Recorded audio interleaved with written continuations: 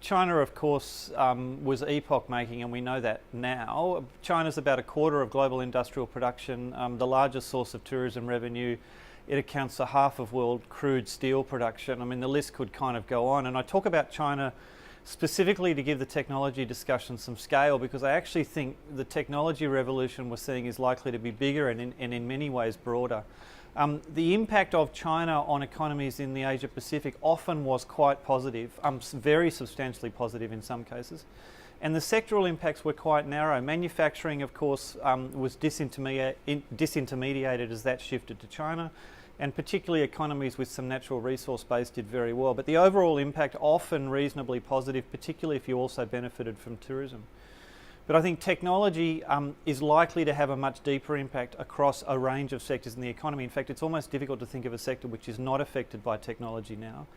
And in addition to that, the macro economy has already started to perform differently across a range of economies, particularly wages and business investment, and we've written about that previously. Technology also is impacting the nexus between economic and social policies. We think about the way voters have behaved and what they're demanding from their elected representatives these days. From a sectoral perspective, there are fewer obvious winners, certainly the technology companies themselves, and there are a few of those, but the gains from that won't be spread as broadly.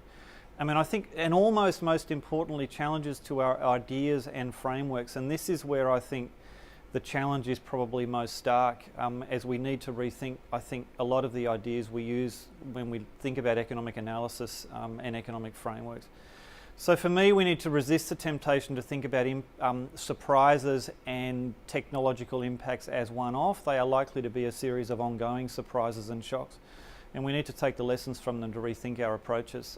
So in other words, fundamentalism, I think, conviction in principles rather than outcomes is not going to serve us particularly well, and I think governments have a way to go to get to that point.